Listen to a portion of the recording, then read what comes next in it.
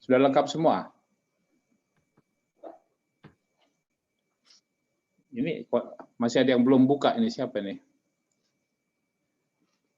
Oke, udah siap direkam? Sudah Pak, sudah direkam. Oke, saya siapkan dulu share screen dulu ya. Coba saya disable dulu, nggak bisa share screen nih.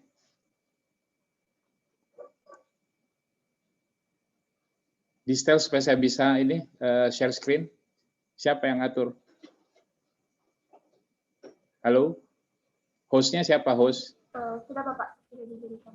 Saya nggak bisa share screen-nya, diatur dulu di itunya. Sudah Bapak, sudah dijadikan host. Udah bisa? Ya.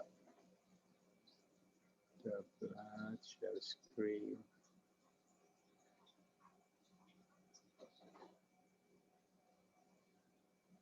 Bentar ya. Kok ini malah nggak ada.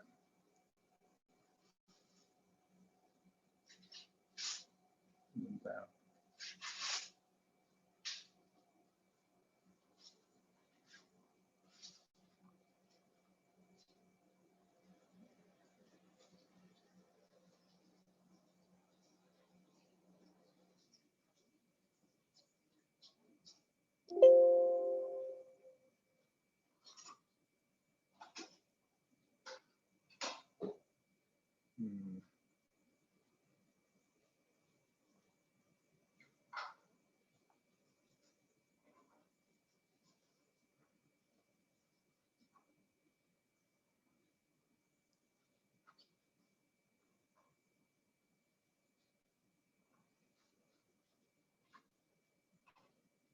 Sudah kelihatan? Sudah, Pak. Sudah, Pak. Sudah Pak. Sudah full?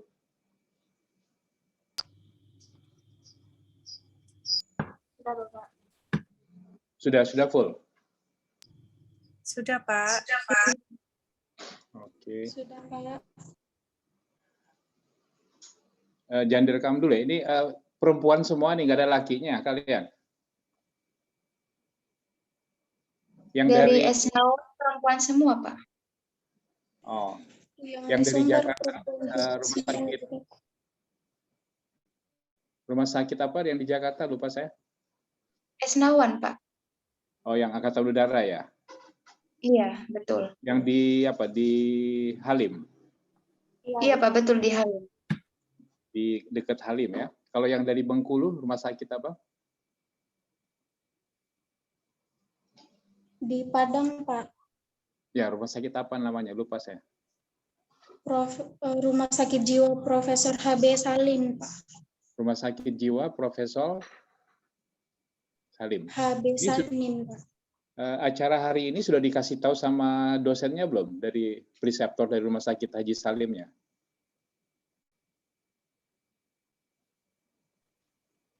Belum di-share ya? Iya, belum Pak. Seharusnya diberitahu kalau misalnya dia mau join ya bisa, biar nanti ada. Untuk next nanti diberitahu ya, biar nanti bisa join juga nanti. Yang dari Rumah Sakit Esnawan mana? Esnawan siapa aja? Saya, Pak. Saya Pak. Siapa? Pak Sally. Siapa? Mefta dari mana? Dari Padang Pak. Sri Dewi?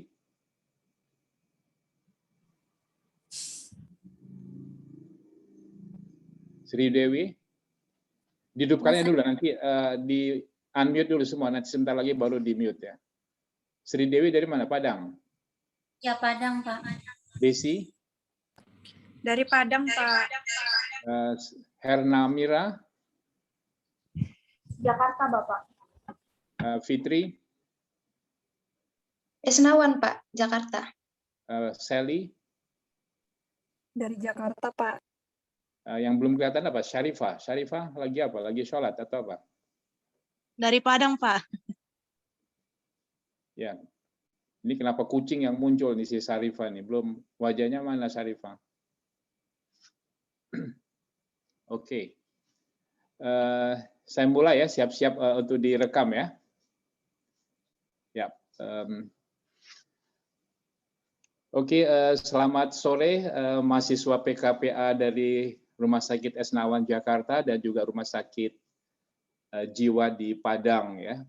Pada sore hari ini kita akan tutorial mengenai praktek kerja profesi apoteker atau PKPA khususnya untuk rumah sakit. Tetapi saya sarankan juga bagi Anda semua selain melihat PKPA tutorial rumah sakit, juga memahami PKPA tutorial yang ada di apotik dan puskesmas, ya. Karena ada materi yang overlapping, terutama berkaitan dengan peraturan perundang-undangan mengenai praktek profesi pelayanan kefarmasian di apotik, kemudian puskesmas dan rumah sakit itu ada surat keterangan ataupun surat edaran dari Menteri Kesehatan yang saling berkaitan. Nanti saya akan jelaskan. Jadi selain tutorial PKPA rumah sakit, Anda diwajibkan untuk juga melihat tutorial PKPA di apotek dan puskesmas. Jelas ya? Karena ada kaitannya satu sama lain. Jadi komunikasinya nanti bisa di 3 tutorial ini. Oke, saya masuk ke PKPA rumah sakit. Ini berkaitan dengan telemedicine, telefarmasi dalam situasi pandemi COVID-19 saat ini. Jadi saya perkirakan walaupun program vaksinasi sudah dimulai dan direncanakan juga untuk mahasiswa dan dosen nanti pada pertengahan Maret ataupun akhir Maret, tetapi saya perkirakan rumah sakit masih belum bisa menerima mahasiswa untuk praktek kerja profesi apoteker. Jadi online PKPA ini masih berjalan. Saya perkirakan sampai akhir tahun pun masih demikian. Karena apa? Karena risiko terpapar pada saat Anda nanti banyak berada di rumah sakit itu akan semakin besar. Ya, begitu juga bagi petugas ataupun preseptor yang ada di rumah sakit juga tidak ingin bertemu dengan terlampau banyak orang, berinteraksi dari luar, sehingga dengan demikian risiko terpapar COVID-19 ini juga bisa diminimalisir. Jadi online PKPA ini saya perkirakan akan masih berlangsung, ya, khususnya untuk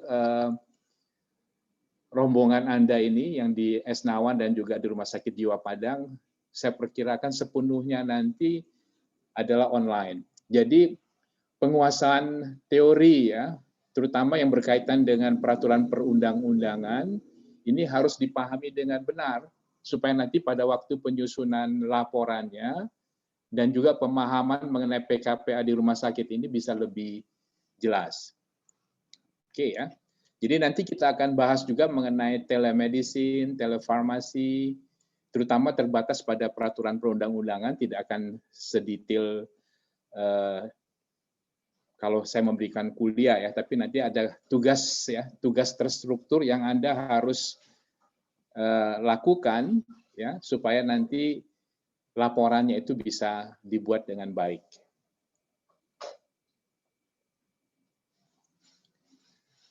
Oke, PKPA praktek kerja profesi apoteker di rumah sakit. Seperti saya katakan pada pendahuluan tadi, pandemi COVID-19 ini diperkirakan belum teratasi sepenuhnya sampai akhir 2021. Sehingga kegiatan kemahasiswaan, khususnya juga praktek kerja profesi apoteker ini masih berlangsung secara online.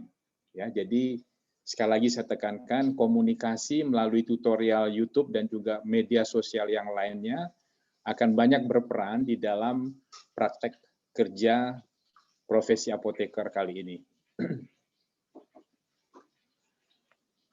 Pemilihan lokasi rumah sakit sebetulnya harusnya diidentifikasi terlebih dahulu, tetapi proses ini tidak dilakukan karena sudah dilakukan penunjukan ya. Jadi ada 4 mahasiswa dari Jakarta di Rumah Sakit Angkatan Udara Esnawan dan juga 4 mahasiswa di Padang di Rumah Sakit Jiwa di Padang. Ya. Yang penting adalah Anda nanti harus mengetahui ya dari peraturan perundang-undangan yang baru ya. Mengacu kepada Permenkes yang baru pada tahun 2020, di situ ada pengelompokan atau klasifikasi rumah sakit tipe A, tipe B, atau C. Jadi praktek kerja profesi apoteker di rumah sakit ini minimum rumah sakit tipe C yang memiliki apa? Komite farmasi dan terapi. Ya. Jadi nanti Anda lihat apakah sudah ada belum komite farmasi dan terapi di rumah sakit yang akan Anda lakukan PKPA-nya nanti. Rumah sakit Esnawan so far sudah tahu belum tipenya tipe apa? Sudah Pak, tipe B Pak. Tipe B, jadi berarti sudah ada komite farmasi dan terapi ya, jadi cukup besar ya. Rumah sakit jiwa di Padang? Tipe B juga, Pak. Tipe B juga, oke, good. Jadi ini sudah tingkat provinsi ya. Oke, karena Rumah Sakit Esnawan ini kan merupakan rumah sakit angkatan udara terbesar di Indonesia kalau tidak salah ya. Kalau Rumah Sakit Jiwa Padang ya mungkin sedikit lebih rendah kelasnya dibandingkan dengan rumah sakit umum provinsinya apa, Haji? Rumah sakit umumnya apa yang di Padang? Saya lupa.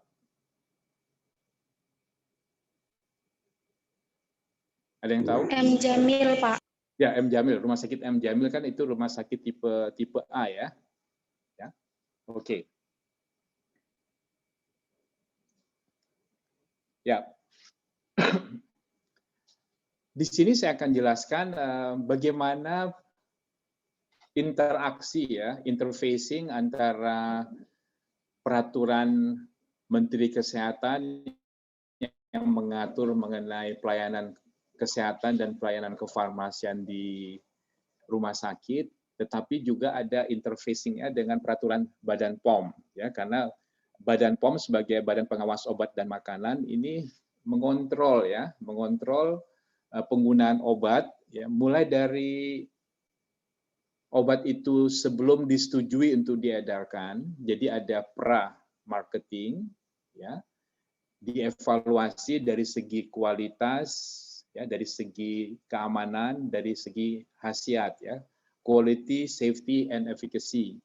Kalau obat itu sudah memenuhi persyaratan quality, safety, dan efficacy, baru diberikan persetujuan registrasi dan bisa digunakan di klinik termasuk di rumah sakit. Nah, setelah obat itu diproduksi, kemudian didistribusikan dan digunakan di fasilitas kesehatan, termasuk di 2 rumah sakit yang Anda nanti akan melakukan PKPA, maka Anda tidak terlepas dari penggunaan apa? Obat. Ya, apakah itu obat bebas atau obat dengan resep dokter, atau obat dengan resep dokter yang pengaturannya lebih ketat, pengawasannya apakah itu narkotika, ya, apakah itu prekursor, apakah itu psikotropika, ini memerlukan penanganan atau handling yang khusus nanti di rumah sakit. Jadi Anda harus mengenali nanti ya obat-obat apa saja yang harus diperhatikan secara khusus, ya, termasuk mengenai pemesanan obat, ya, kemudian penyimpanan obat, cara penyerahan obat kepada pasien, ya, bagaimana obat itu disimpan, kemudian kalau misalnya obat itu sudah kadaluarsa, bagaimana harus dimusnahkan, pelaporannya seperti apa, nanti kita akan bahas. Jadi inti dari slide ini adalah penggunaan obat di rumah sakit itu akan dikontrol oleh Badan POM. Ya, jadi kalau di Padang ada Balai Besar POM Provinsi, ya, Sumatera Barat, kalau di Jakarta ada DKI. Ya. Oke, nah Anda harus mengetahui beberapa peraturan perundang-undangan, nanti akan saya bahas lebih detail, ya, mengenai pekerjaan kefarmasian. Kalau Anda bekerja di apotik atau di toko obat, ini lebih mandiri ya. Jadi interaksi Anda lebih banyak langsung kepada pasien atau konsumen. Berbeda kalau Anda bekerja di mana? Di rumah sakit, ya, di puskesmas ataupun di klinik, ya, ataupun di praktek bersama. Ini Anda tidak bekerja sendiri sebagai tenaga kefarmasian. Anda akan berinteraksi, sosialisasi, interfacing dengan profesi kesehatan lainnya, mulai dari perawat, dokter, ya, laboratorium, dan semua instalasi yang ada di rumah sakit. Ya, khususnya ini Anda bekerja di rumah sakit. Jadi dari sini poin yang ingin disampaikan adalah Anda harus mampu berkomunikasi dengan baik. Ya, jadi komunikasi itu, communication skill itu harus diaktualisasikan dengan baik. Jangan malu-malu, jangan sungkan-sungkan untuk bertanya, ya. Tetapi ini dalam keadaan normal. Tetapi karena dalam keadaan khusus seperti ini, mungkin Anda tidak merasakan itu, ya, interaksi dengan rekan kerja Anda ataupun dengan profesi kesehatan yang lain di rumah sakit, ya, karena kondisi saat ini. Tapi pada aktualnya nanti Anda akan harus mampu, ya, bekerja sama dengan profesi kesehatan lain yang ada di rumah sakit. Slide ini menjelaskan bagaimana interfacing antara tenaga kefarmasian, dalam hal ini apoteker, kemudian fasilitas kefarmasian yang ada, dan komoditas yang digunakan. Ya. Jelas komoditas yang nanti Anda akan banyak geluti sehari-hari adalah mulai dari obat, ya. Obat itu bisa narkotika, bisa psikotropika, bisa juga prekursor. Bisa juga beberapa bahan obat terbatas kalau misalnya instalasi farmasinya mampu untuk memproduksi sediaan farmasi secara terbatas. Ya. Fasilitas kefarmasian tentunya nanti Anda akan banyak berinteraksi dengan distributor, ya, PBF dalam pemesanan obat, ya. Memang Anda tidak akan berinteraksi dengan manufacturing. Lah ini kok sudah mau habis ini? Bukan unlimited ya ini ya? Halo? Bukan, Bapak. Oke, nanti kalau begitu habis nanti gimana? Nanti di-share ke saya link barunya nanti. Atau link yang sama? Share link yang baru, Pak. Oke, kalau gitu saya break aja dulu sekarang, stop, langsung di-share link yang baru saja, biar atau mau ditunggu sampai habis dulu nanti? Terserah Bapak, senyamannya. Ya, saya lanjut aja dulu ya. Ya, baik Bapak. Ya, begitu habis nanti langsung di-share ke saya di WA link yang baru ya. Oke, saya lanjutkan. Jadi fasilitas kefarmasian ini salah satu yang nanti akan banyak berinteraksi dengan apa? Fasilitas distribusi PBF. Ya. Nah, kemudian tenaga kefarmasian Anda nanti sebagai apoteker tentunya juga akan berinteraksi dengan tenaga teknis kefarmasian, kalau dulu asisten apoteker, ya, dan juga tenaga kesehatan yang lain. Ya. Jadi praktek farmasian ini kalau secara umum, ya, adalah termasuk mulai dari pembuatan, termasuk pengendalian mutu sediaan farmasi, pengamanan, pengadaan, penyimpanan, dan pendistribusian atau penyaluran obat, pengelolaan obat, pelayanan obat atas resep dokter, pelayanan informasi obat, serta pengembangan obat, bahan obat, dan obat tradisional. Ini merupakan secara integrated praktek dunia kefarmasian mulai dari hulu ke hilir, ya. Nah, Anda nanti bekerjanya termasuk di hilir, ya, di retail, di rumah sakit, di instalasi farmasi rumah sakit. Oke.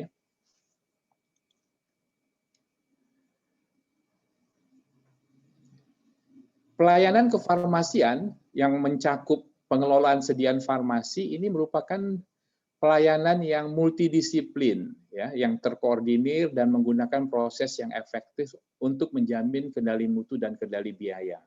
Jadi Anda nanti kalau di rumah sakit bertanggung jawab juga ini untuk mengendalikan mutu dari obat yang Anda gunakan di rumah sakit, mulai dari cara penyimpanannya, ya, cara penyediaannya, supaya itu dapat disimpan dengan baik. Jadi Anda termasuk juga berperan nanti di dalam mengendalikan supaya mutu obat yang ada di rumah sakit itu dapat dipertahankan dengan baik. Ya, jadi cara penyimpanannya juga baik. Kemudian juga kalau misalnya obat itu sudah diresepkan oleh dokter, obat akan diberikan kepada pasien, ya. Ini termasuk apa? Pelayanan kepada pasien dalam rangka meningkatkan outcome terapi, hasil terapi. Jadi hasil terapi itu sedapat mungkin bermanfaat, berkhasiat, dan minimalisir efek samping yang terjadi. Jadi ini nanti berkaitan dengan aturan dosis, ya, berkaitan dengan dosage regimen, ya, nanti peranan Anda akan sangat banyak di situ. Dan ini yang dicakup di dalam pelayanan apa? Farmasi klinik di rumah sakit. Tujuan dari standar pelayanan kefarmasian ini meningkatkan mutu pelayanan kefarmasian, menjamin kepastian hukum bagi tenaga kefarmasian, dan melindungi pasien dan masyarakat dari apa?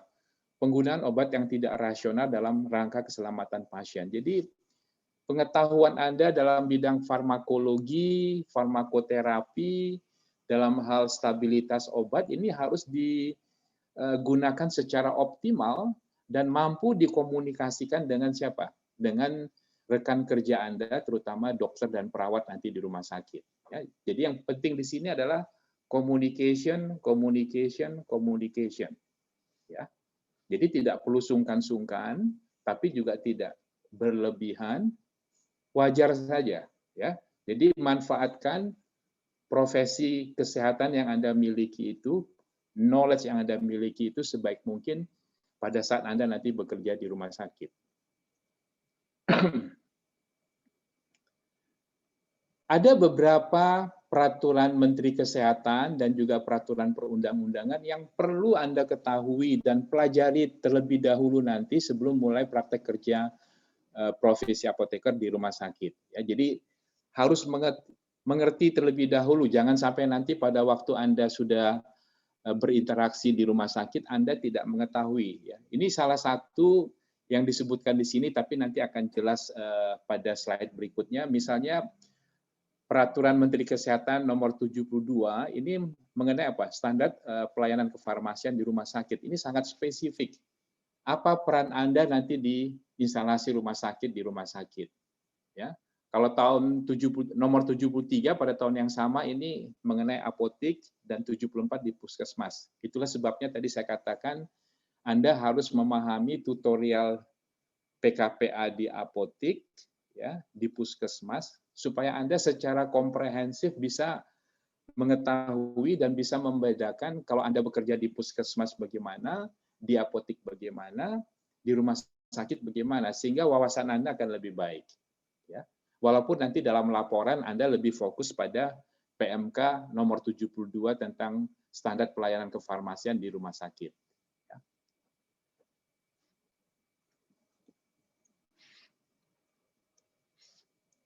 Ini saya lewati karena sudah saya bahas tadi. Jadi Permenkes 72, 73, 74 ini membahas atau mengatur mengenai standar pelayanan kefarmasian mulai dari puskesmas, apotik, dan rumah sakit.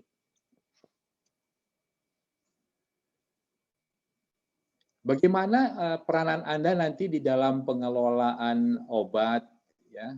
Kalau Anda bekerja di instalasi farmasi rumah sakit, bagaimana nanti Anda berkoordinasikan membuat laporan, ya, karena ada nanti juga pengawasan yang dilakukan oleh Badan POM, ya. Bagaimana nanti Anda bisa melakukan komunikasi dengan mereka kalau dilakukan inspeksi ataupun koordinasi dengan Badan POM. Ini Anda harus tahu posisi Anda di mana, ya, terutama apabila nanti ada isu mengenai penyalahgunaan obat, ya. Jadi Anda bisa menempatkan posisi Anda sebagai tenaga kefarmasian itu dengan benar. Jadi kalau sudah berhadapan dengan hukum yang berkaitan dengan profesi Anda Apakah Anda bekerja nanti sudah memiliki STRA, sudah memiliki SIPA, ya itu Anda harus ketahui ya. Supaya dengan demikian kalau misalnya terjadi sesuatu yang berkaitan dengan pelayanan Anda nanti di rumah sakit itu bisa ditangani dengan baik. Jadi poin yang ingin saya sampaikan adalah Anda sebagai apoteker nanti harus mengetahui betul peraturan perundang-undangan yang menyangkut apa? Standar pelayanan kefarmasian. Apakah nanti Anda bekerja di rumah sakit, di apotik, puskesmas, atau di industri, atau di pelayanan kesehatan yang lain. Anda perlu mengetahui beberapa poin yang paling mutakhir berkaitan dengan pengawasan pengelolaan obat, bahan obat, ya, khususnya narkotika, psikotropika, dan prekursor di fasilitas pelayanan kefarmasian. Jadi definisi mengenai obat, bahan obat, narkotika, psikotropika, dan prekursor ini Anda harus pahami dengan baik ya. Nah khususnya ini nanti Anda yang bekerja di Rumah Sakit Jiwa Padang, itu akan banyak berkaitan dengan apa? Obat-obat psikotropika, ya, obat-obat prekursor juga mungkin di situ. Jadi saya minta ini perhatian khusus bagi mahasiswa yang nanti di Rumah Sakit Jiwa Padang ya. Karena banyak obat psikotropika yang digunakan sehari-hari di rumah sakit tersebut.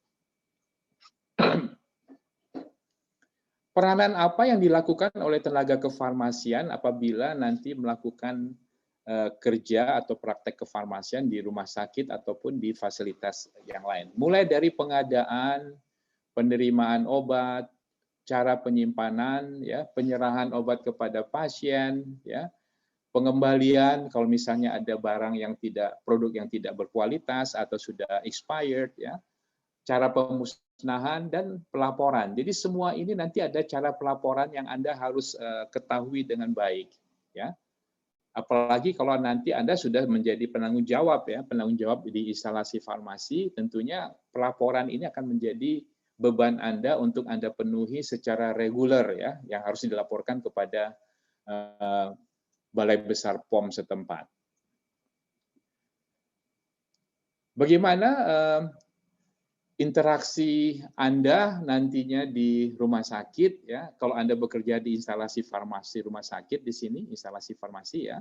Nah, ini bahan obat khusus untuk keperluan meracik ya, tentunya nanti ada bahan obat juga.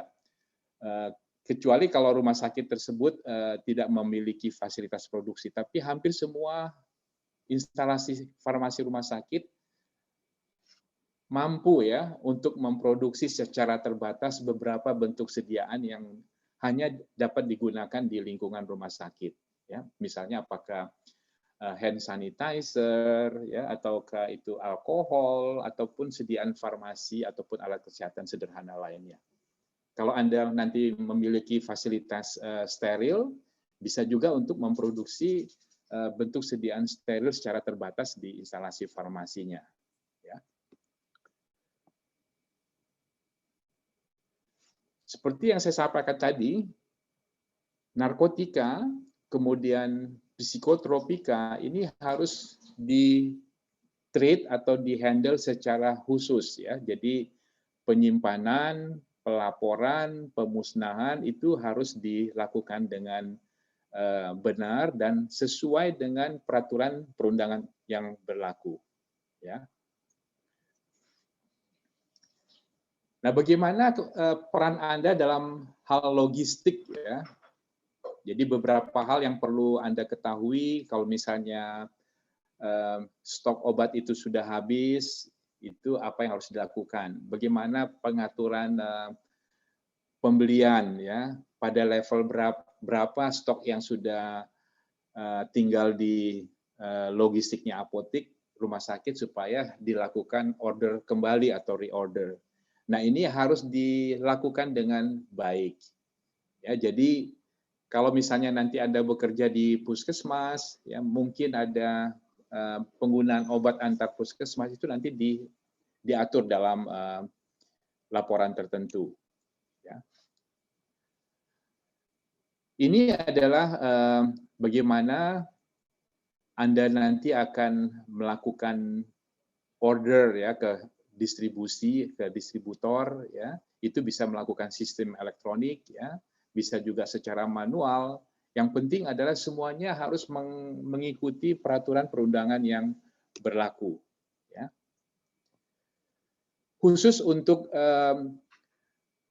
penanganan narkotik, psikotropik, prekursor, dan obat-obat tertentu ini harus diperhatikan secara khusus, ya, sehingga dengan demikian nanti ada laporan khusus mengenai obat yang tergolong di dalam ini. Tentunya nanti Anda yang bekerja di rumah sakit jiwa akan banyak nanti saya monitor pelaporan yang berkaitan dengan obat-obat psikotropika. Ya. Ini berkaitan dengan penyimpanan obat. Ya, nanti ada sistem first in first out. Jadi obat yang diorder terlebih dahulu, yang diterima terdahulu itu dipakai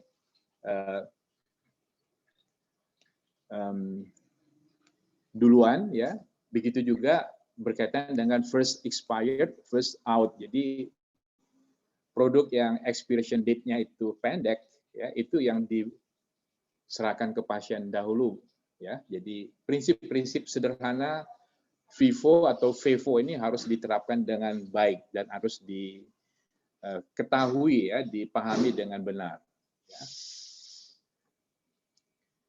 Beberapa hal yang penting saya sampaikan di sini secara khusus, narkotika harus disimpan dalam lemari khusus penyimpanan narkotika. Nanti Anda harus lihat tuh, apakah sudah ditangani dengan benar atau tidak, ya. Psikotropika harus disimpan di dalam lemari khusus penyimpanan psikotropika. Jadi ada narkotika, ada psikotropika. Kalau obat-obat yang lain bisa disimpan secara biasa, ya, sesuai dengan penyimpanan biasa. Tetapi obat-obat psikotropika yang penggunaan salah atau penyalahgunaan atau misabuse-nya itu besar, itu harus disimpan di dalam lemari khusus, ya, penyimpanan khusus, apalagi narkotika. Ya. Kemudian prekursor farmasi harus disimpan di tempat yang aman berdasarkan analisis risiko. Prekursor farmasi ini misalnya ephedrine, ya, pseudoephedrine, nah itu harus disimpan ataupun di manage dengan baik.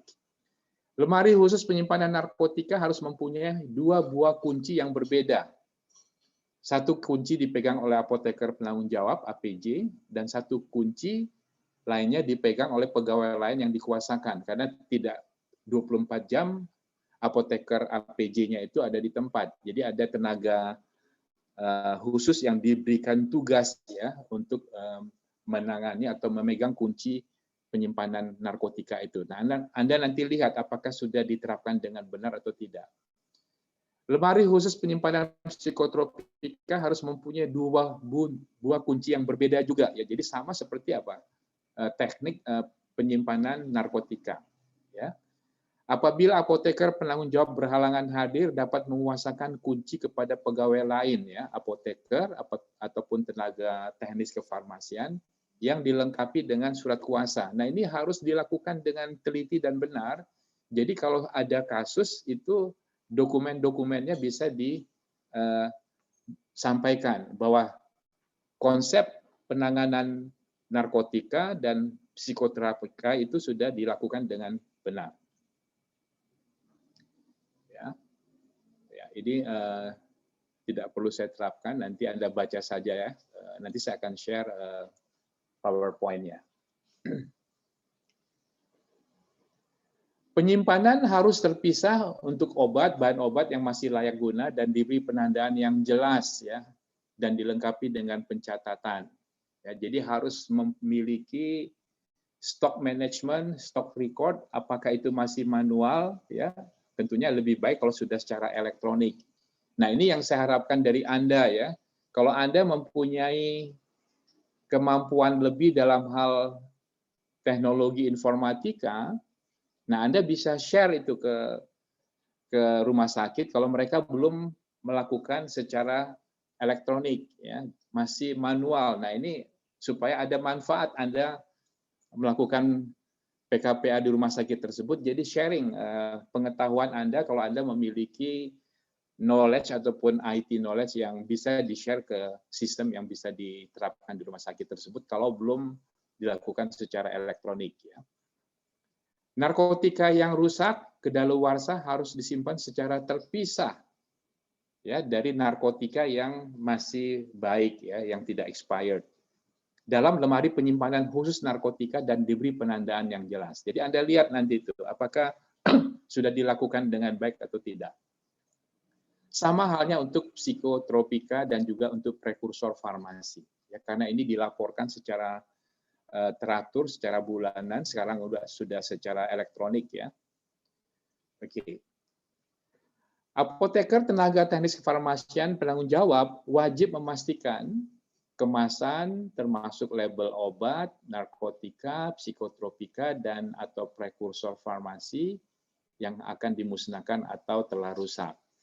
Ya, nanti kalau pemusnahannya itu harus mengacu kepada peraturan Badan POM yang berlaku. Ya. Tinggal dilihat nanti. Oke, tadi saya sudah bahas sedikit mengenai peraturan perundang-undangan yang akan Anda pahami, ya. Nah, di sini secara detailnya adalah ini. Jadi nanti tugas Anda pertama adalah mendownload, ya, dan juga mempunyai soft copy-nya paling tidak. Kalau Anda punya hard copy lebih bagus, tapi kalau bisa soft copy, it's okay. Ya, nanti Anda bisa download di HP ataupun di laptop Anda. Yang pertama adalah Permenkes RI nomor 30 tentang klasifikasi dan perizinan rumah sakit. Nah, ini pada waktu Anda membuat pelaporan PKPA rumah sakit nanti, mengacu ke peraturan yang terbaru ini, klasifikasi rumah sakit tipe A, tipe B, tipe C, apakah itu berkaitan dengan jumlah tempat tidur, jumlah profesi spesialisasi, ya, sesuai dengan ini. Karena Permenkes sebelumnya itu dinyatakan sudah tidak berlaku lagi. Jadi jangan nanti Anda membuat laporan mengacu ke Permenkes yang sebelumnya, ya.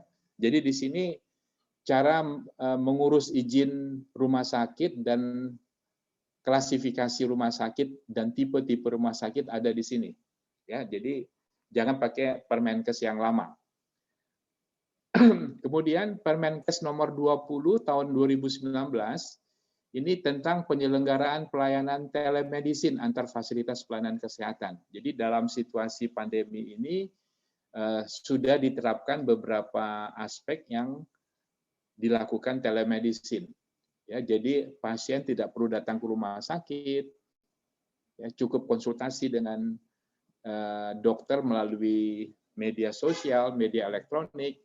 Ya, kemudian juga nanti resepnya bagaimana, ya, nanti Anda harus bisa melakukannya dengan baik sesuai dengan peraturan yang berlaku.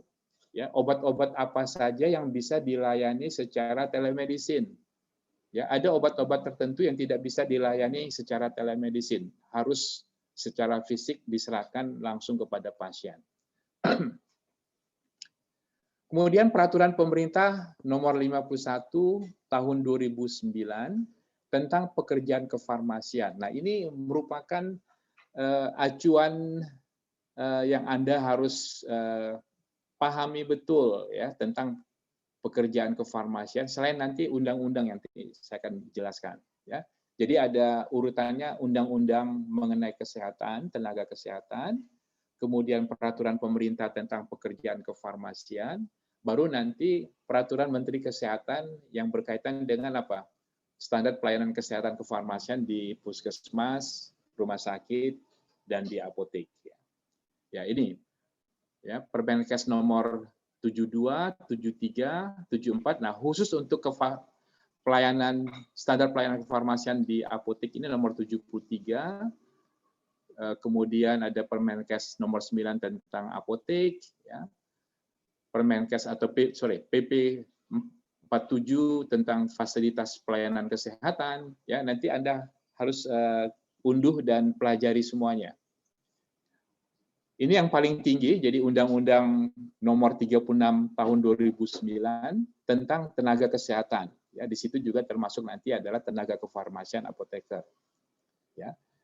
SOP IAI tentang telefarmasi, ya, SOP IAI tentang pelayanan kefarmasian selama pandemi COVID-19, nanti Anda bisa lihat di Google Search, ya. Kemudian telemedicine bagaimana ini diatur oleh Profesi Dokter Perkonsil 74 tahun 2020. Kemudian surat edaran Menkes ya tentang telemedicine, apa saja yang bisa diberikan pelayanan telemedicine, obat apa saja yang bisa diberikan. Nah, ini berkaitan juga dengan peraturan Badan POM nomor 8 2020. Ya, ada obat-obat tertentu yang tidak boleh diberikan secara telemedicine. Jadi nanti ini sinkron nanti Anda lihat ya. Jadi surat edaran Menkes dan juga peraturan Badan POM. Oke. Kemudian mengenai akuntabilitas startup ya. Jadi sekarang ini kan ada Halodoc ya, ada Halodoc, kemudian ada startup yang berkaitan dengan telemedicine dan telefarmasi. Nah, itu diatur di akuntabilitas startup ini. Ya, ini sangat baru peraturannya, jadi Anda perlu ketahui juga. Ya. Oke. Ini sudah tadi ya.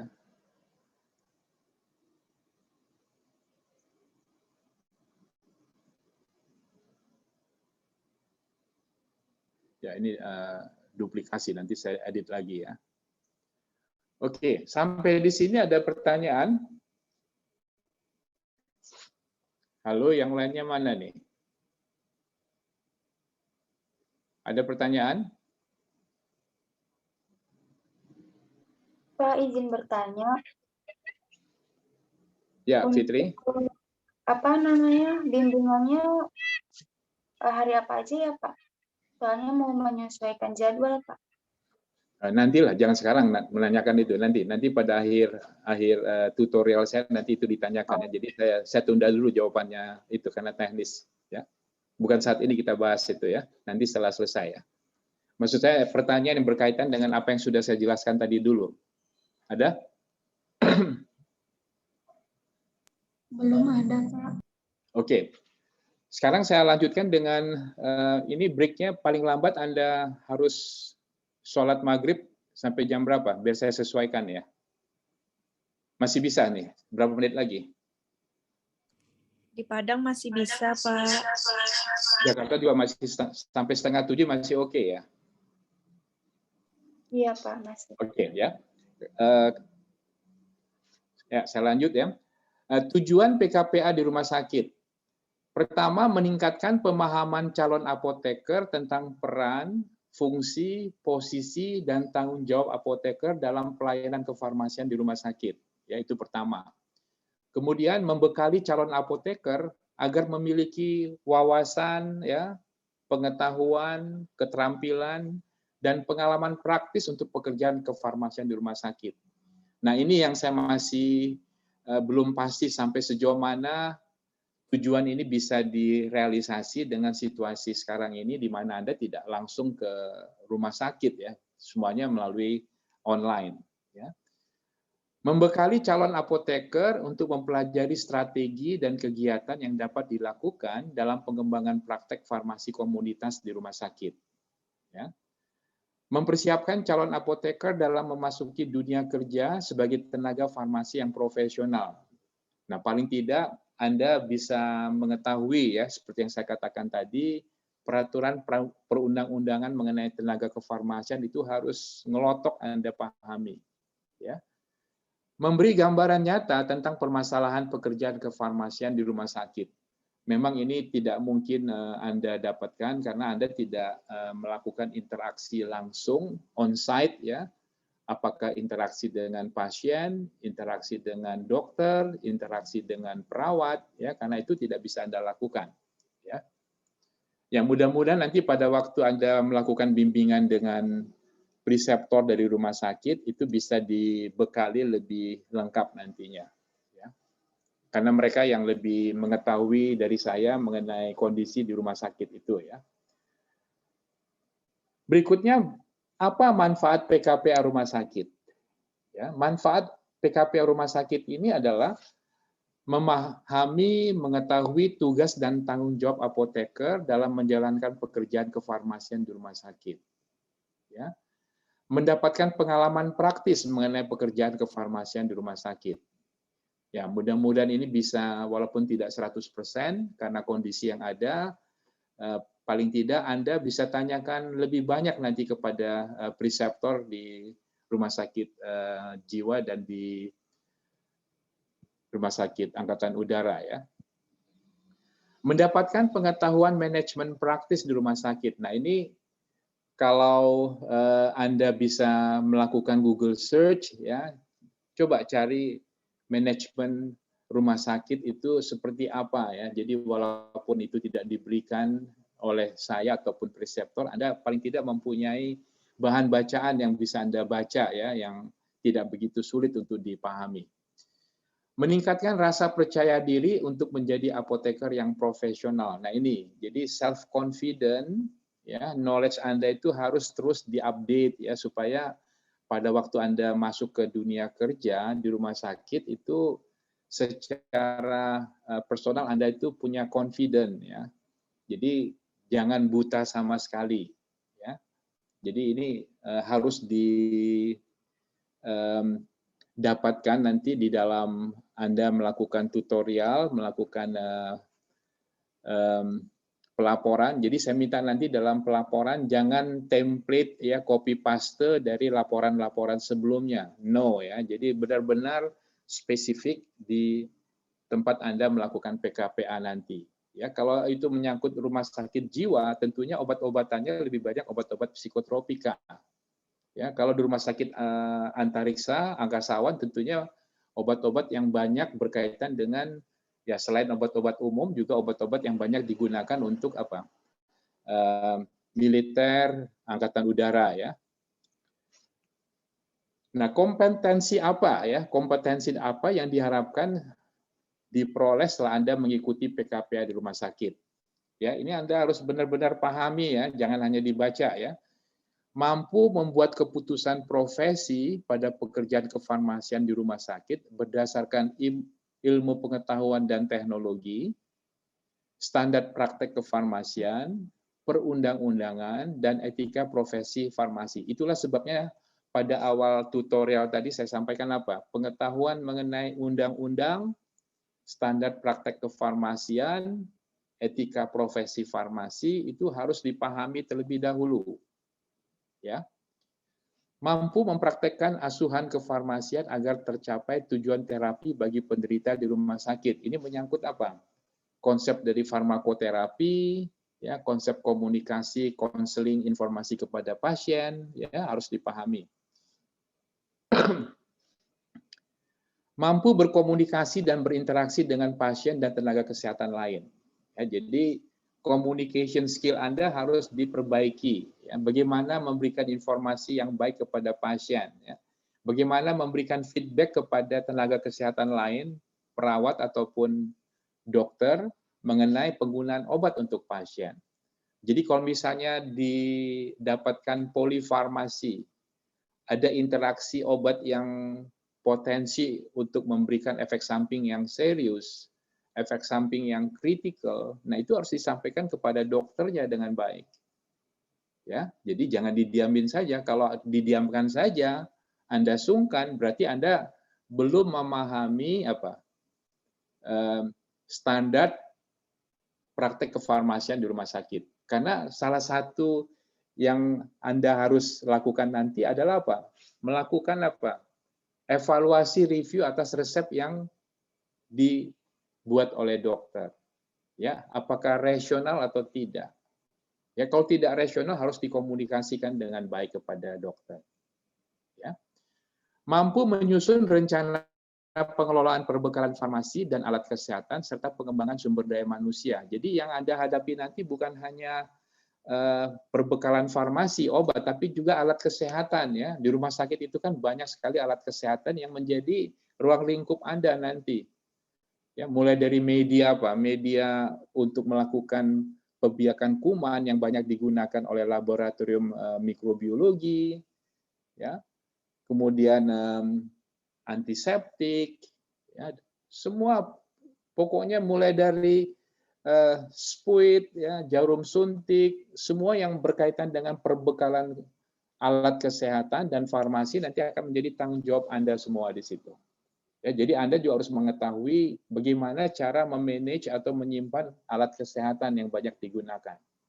Ya, media apa yang digunakan di situ? Misalnya banyak media kontras yang digunakan untuk MRI, MRI, ya, CT scan ataupun USG, itu media yang digunakan itu nanti juga di-manage oleh apoteker di instalasi farmasi. Ya. Dan yang penting juga di sini bagaimana Anda nanti bisa mengembangkan sumber daya manusia, khususnya tenaga teknis kefarmasian, TTK yang nanti ada di dalam koordinasi Anda di salah farmasi. Jadi harus di-upgrade ya, supaya mereka bisa di-upgrade dengan baik, Anda juga harus bisa meng-upgrade diri terlebih dahulu. Mampu menyusun rencana pengembangan praktek kefarmasian yang berorientasi pada layanan kefarmasian. Ya. Nah, ini yang kritikal juga, mampu mengelola sediaan steril dan sitotoksik. Kalau di rumah sakit jiwa saya tidak tahu apakah mereka punya pelayanan untuk pemberian kemoterapi, obat-obat anti kanker, ya, membuat sediaan steril. Nah, ini nanti Anda lihat nanti apa yang Anda bisa lihat di situ. Ya, ini ditanyakan nanti ke reseptor Anda di rumah sakit, ada nggak ya aktivitas membuat sediaan steril dan sitotoksik, karena dispensing sitotoksik ini memerlukan teknologi khusus ya, karena kalau ini terjadi pencemaran pada Anda ataupun biasanya yang melakukan adalah apoteker ya, jangan sampai nanti bisa bersifat sitotoksik membahayakan diri Anda sendiri. Jadi harus menggunakan ya seperti pakaian astronot ya, jadi supaya menjamin tidak ada satu tetes pun sitotoksik itu menetes pada permukaan kulit Anda ya, sehingga nanti tidak terjadi kontaminasi pada kulit yang bersifat sitotoksik ya, bisa menimbulkan kanker pada kulit nanti.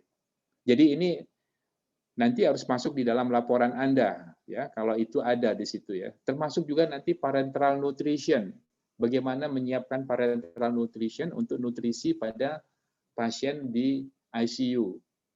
Ya, apakah itu parenteral nutrition melalui intravena, bisa juga melalui cara yang lain, ya, intraperitoneal. Ada yang mau ditanyakan di sini, kompetensi yang diharapkan? Oke, kalau tidak ada. Oke. Yang perlu Anda ketahui juga di dalam melakukan PKPA adalah organisasi, ya, struktur organisasi yang ada di farmasi rumah sakit tersebut. Ya. Mulai dari direktur rumah sakit, kemudian unit head, ini adalah unit head kepala instalasi farmasi. Ya, di sini ada bagian informasi, bagian terapeutik, whatever. Ini hanya sebagai gambaran saja. Jadi tidak mengacu ke gambar ini ya. Jadi Anda harus mengetahui struktur organisasi di rumah sakit secara keseluruhan, kemudian letak instalasi farmasi di mana, letak Anda nanti apakah sebagai APJ, apakah sebagai sekretaris komite farmasi dan terapeutik itu di mana. Ya, jadi harus dilaporkan secara jelas. Ya, jadi jangan mengacu ke gambar yang saya sampaikan di sini ya, ini hanya visualisasi bahwa Anda itu perlu mengetahui struktur organisasi yang ada di farmasi rumah sakit tersebut. Ada pertanyaan sebelum saya lanjut?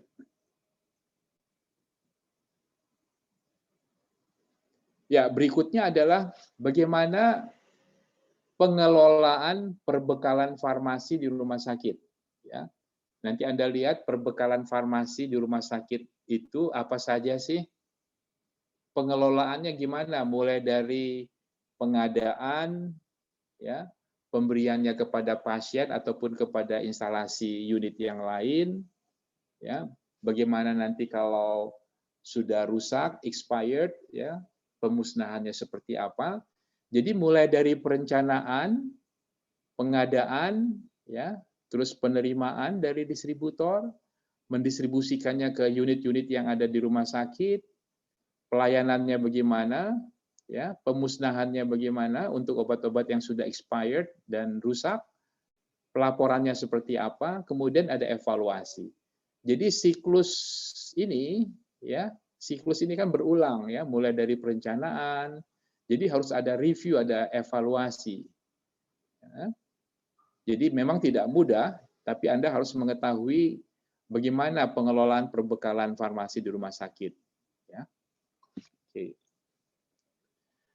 Kemudian adalah audit internal. Ya, jadi perlu ada audit internal yang dilakukan oleh apoteker supaya ada perbaikan. Ya.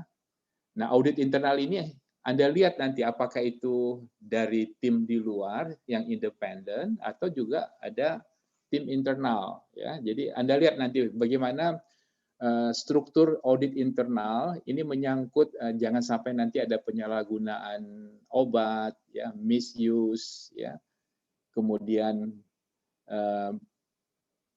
manajemen obat yang tidak tepat, ya, berkaitan terutama psikotropika dan narkotika.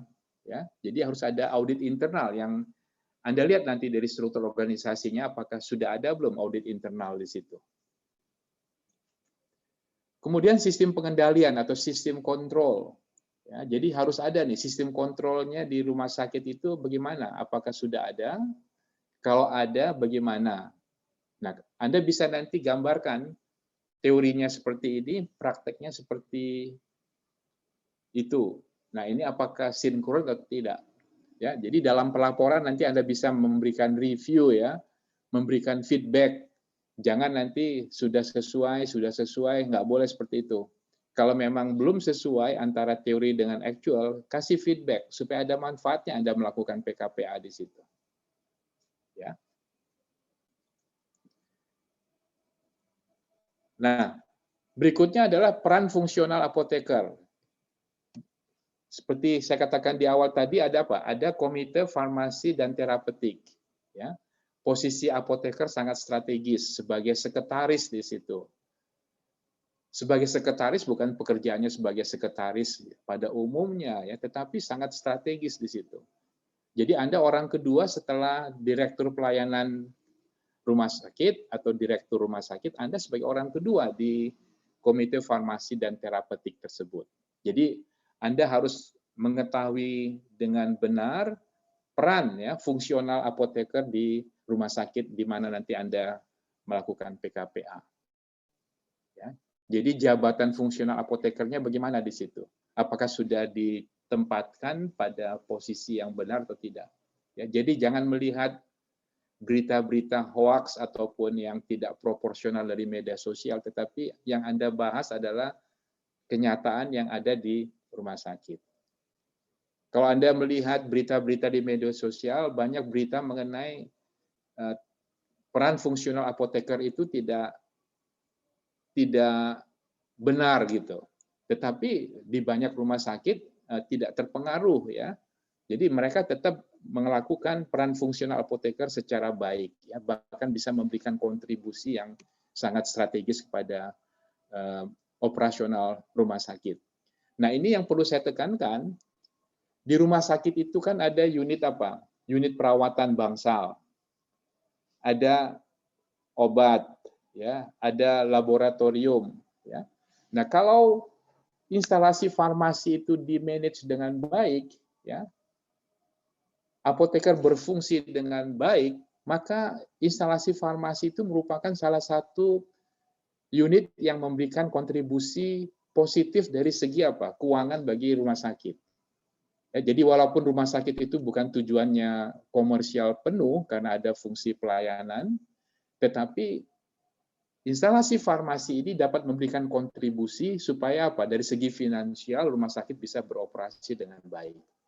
Ya, ada kontribusi profit yang diberikan oleh instalasi farmasi supaya bisa berkontribusi di dalam pelayanan rumah sakit secara keseluruhan.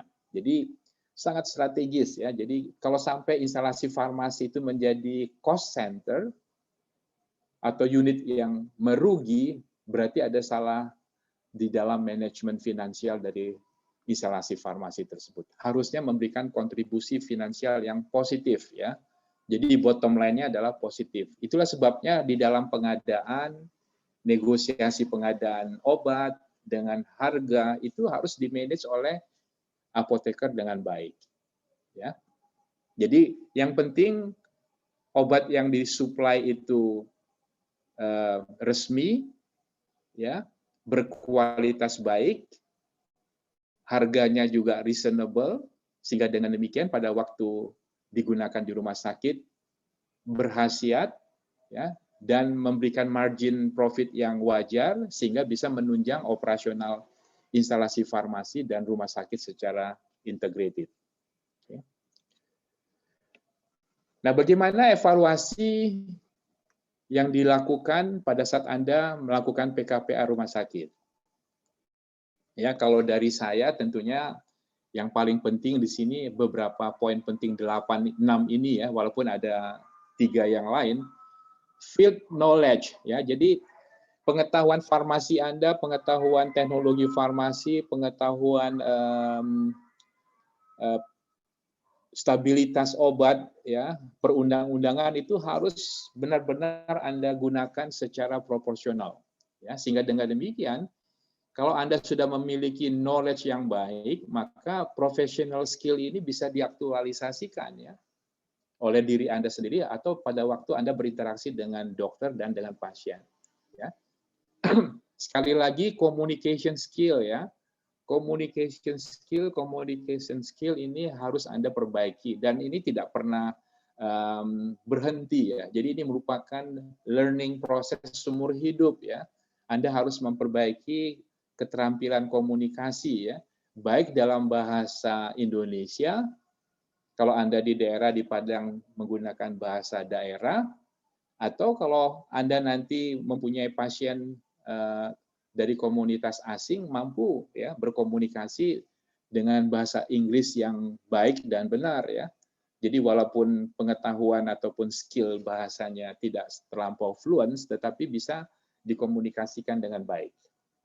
Kemudian teamwork, karena Anda nanti bekerja di rumah sakit itu ada perawat, ada dokter, ada tenaga teknis kefarmasian, ada lab. Jadi teamwork ini harus bisa.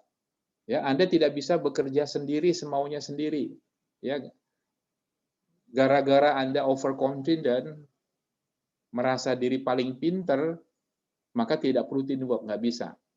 Ya, jadi teamwork ini harus benar-benar Anda aktualisasikan. Jadi Anda bisa bekerja mandiri, independen, ya, punya inisiatif yang baik, tetapi juga mempunyai skill teamwork.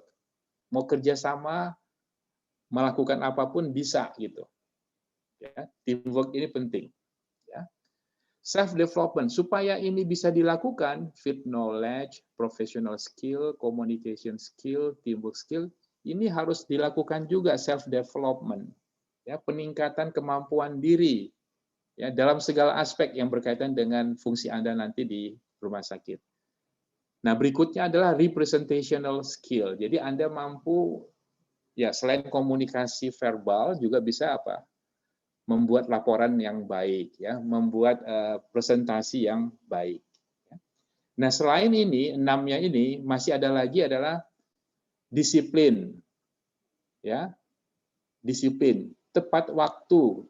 Jadi kalau Anda hadir harus tepat waktu, ya, jangan terlambat, ya, jangan tenggo, ya, ambillah beberapa menit kemudian, ya, jangan kalau jam 4 teng langsung pulang, ya, ambil waktu 5 atau 10 menit ya untuk berkomunikasi sehingga tidak kelihatan bahwa Anda itu dalam bekerja terlampau memperhitungkan waktu ya. Jadi ini menyangkut dedikasi ya. Jadi aspek-aspek ini harus Anda perhatikan karena nanti akan menjadi bahan evaluasi bagaimana Anda bisa melakukan PKPA dengan baik. Bagaimana nilai pembimbing? Ya, nilai pembimbing dan dari saya itu ada 50%, 50%. Jadi nilai pembimbing preseptor dari rumah sakit itu 50%, dari saya 50%. Nah, nanti kan ada ujian PKPA juga. Ya, saya tidak tahu apakah nanti Anda masih mengikuti ujian PKPA atau hanya terbatas pada dari nilai pembimbing dan nilai preseptor saat ini. Kalau saat ini karena ujian PKPA-nya tidak ada, jadi hanya tergantung pada 2 nilai ini. Ya. Jadi baik-baiklah supaya mengikuti instruksi dan bimbingan dari preseptor Anda, dari pembimbing Anda, dalam hal ini saya. Ya, jadi ada interaksi yang baik antara mahasiswa, pembimbing, dan preseptor. Ya. Saya sangat terbuka, jadi saya minta komunikasi supaya bisa sekaligus, saya minta melalui tutorial di YouTube ya. Jadi rajin-rajin kalau ada notice. Jadi sudah di subscribe semuanya belum channel saya ya? Sudah Pak. Pak. Ya, saya tidak bisa toleransi kalau ada yang belum subscribe ya, nanti saya cek. Karena kalau Anda tidak subscribe, nggak bisa dapat informasi dari saya. Dan juga dinyalakan lonceng yang full ya. Ya, loncengnya dihidupkan yang full, bukan yang sebagian ya, yang full, yang paling atas. Sudah semua belum? Sudah Pak. Sudah Pak. Ya, jadi komunikasinya bisa dilakukan di situ. Ya, kalau misalnya ada sharing konten di channel saya, kalau itu tidak berkaitan dengan PKPA, yang nggak perlu dilihat. Tetapi yang berkaitan dengan PKPA di rumah sakit ini benar-benar harus diikuti ya. Jadi ada informasi baru apa di situ. Kalau mau tanya apapun, tanya aja di situ. Ya, karena setiap hari saya akan sebelum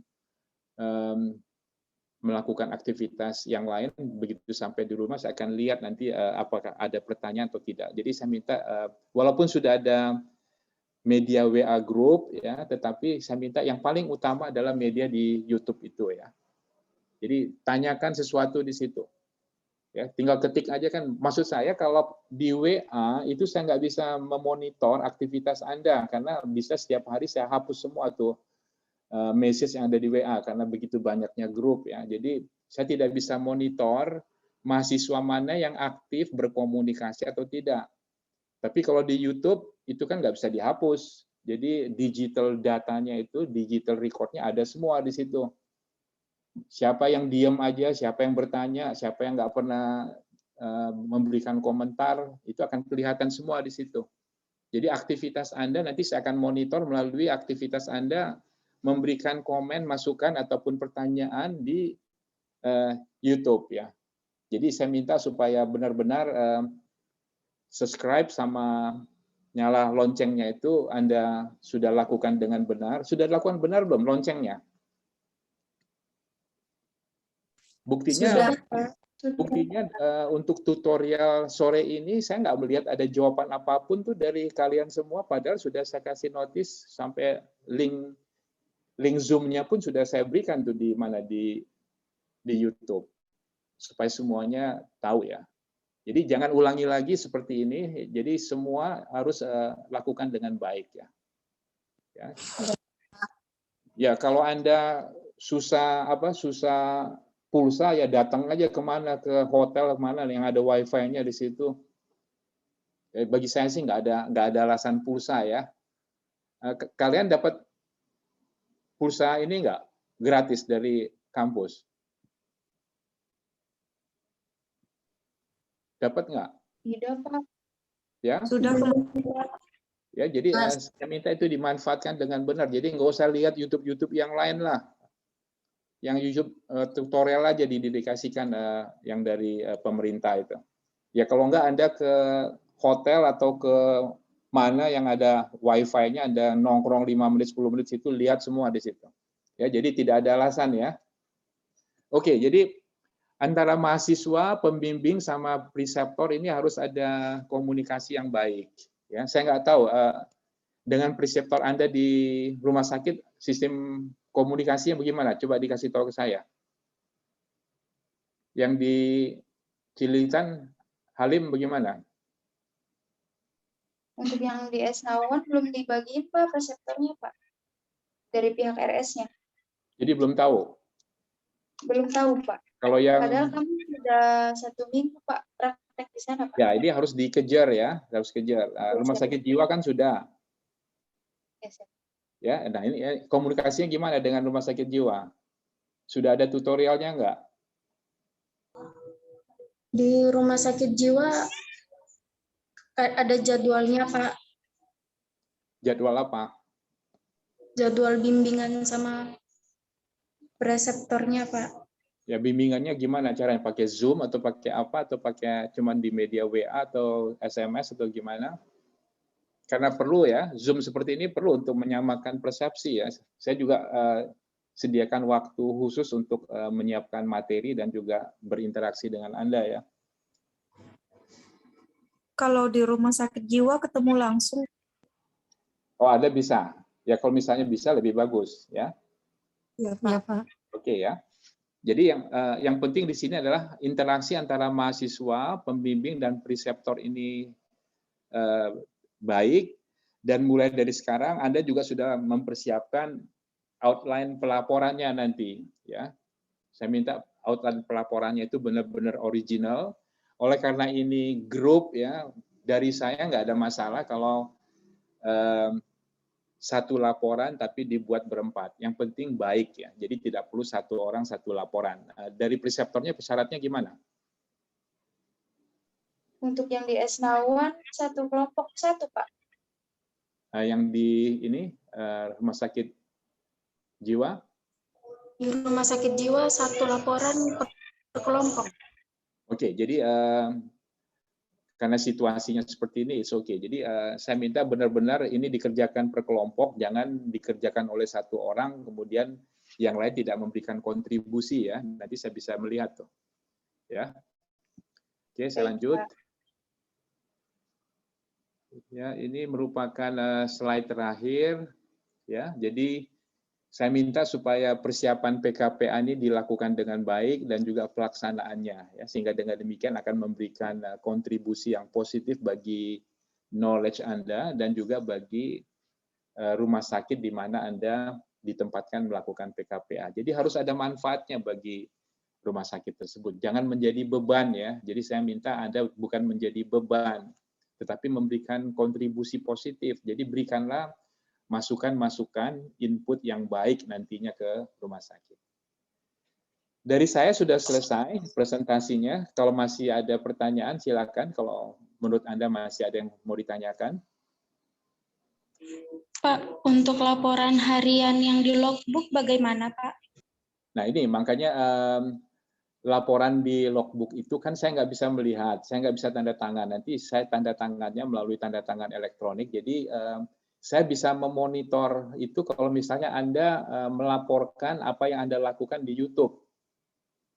Ya, jadi sediakan waktu 1 menit, 2 menit yang sudah saya lakukan ini Pak nih. Ya, atau Anda mewakili kelompoknya nggak ada masalah. Ya, tapi input di situ. Jadi aktivitas Anda itu bisa saya lihat di situ. Jadi kalau fakultas menanyakan bagaimana aktivitas Anda itu terrecord dengan baik semua. Ya, digital recordnya ada semua.